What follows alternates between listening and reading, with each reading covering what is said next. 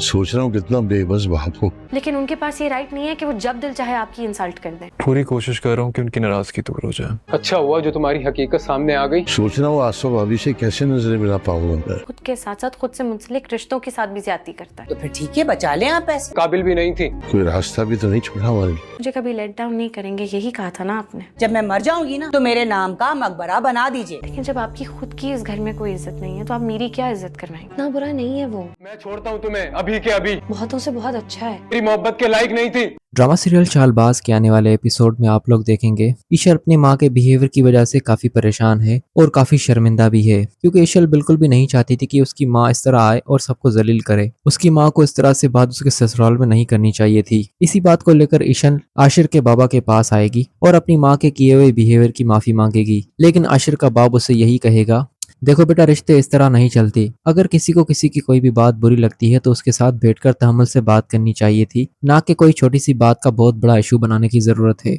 देखो, अगर असद के सामने तुम्हारा शौहर नहीं बोल पाया तो इसमें तुम्हारे शौहर की गलती नहीं है और ना ही असद की गलती। ये एक अच्छे घर के बच्चों की तरबियत है। अगर छोटा भाई बड़े भाई के सामने अपनी जबान दराजी करेगा तो ये उसकी तरबियत के खिलाफ होगा। और मैंने अपने बच्चों को इस तरह की तरबियत नहीं दी कि बड़े भाई के सामने छोटे भाई अपनी जबान दराजी करें। आज तक तुमने देखा होगा कभी भी आशिर और रोहान ने अपने बड़े भाई के सामने कभी भी ऊंची आवाज में बात भी नहीं की। अगर असद को कोई बात बुरी नजर आई होगी तभी उसने तुम्हें दो बातें सुनाई होंगी। असद बिला वजह किसी को इतनी बातें नहीं सुनाता, और वो भी तुम्हें अपनी छोटी बहनों की तरह समझता है। तुम्हें उसने जो कुछ भी कहा तुम्हारे भले के लिए कहा। लेकिन बेटा, ये जो कुछ भी हुआ इस सब की माफी मांगने की जुम्मे जरूरत नहीं है। रात कही बात कही, हम सब एक ही फैमिली हैं और हमारे बीच कोई भी पराया नहीं। सब लोग हम आपस के अपने ही हैं। लेकिन ईशल कहे कि ताया अबू, मैं अपने माँ के बिहेवियर पर शर्मिंदा हूँ और मैं अम्मी से कहूंगी कि आकर वो आपसे माफी मांगे क्योंकि आप उनसे बड़े हैं। लेकिन ताया अबू कहेगा इसकी बेटा कोई भी जरूरत नहीं है और तुम्हारी माँ को माफी मांगने की जरूरत नहीं है। जाहिर सी बात है, तुम्हारे माँ बाप ने तुम्हें इस घर में भेजा है तो वो तुम्हारे लिए कंसर्न रहेंगे। लेकिन बेटा, तुम्हारी माँ को मेरे पास आकर माफी मांगने की बिल्कुल भी जरूरत नहीं है और मुझे अच्छा नहीं लगेगा तुम्हारी माँ मुझसे आकर माफी मांगेगी। लेकिन फिर भी ईशल अपनी माँ से फोर्स करेगी कि वो आशिर के बाबा से आकर माफी मांगे। उधर अब आयजा को जब लग रहा है कि अब वो फंस सकती है तो अब वो ईशल की माँ के सामने झुकना चाहती है और उससे माफी मांगना चाहती है जो कुछ भी हुआ। इसी सिलसिले में वो असद से बात करेगी, लेकिन असद इस बात पर राजी नहीं हो रहा।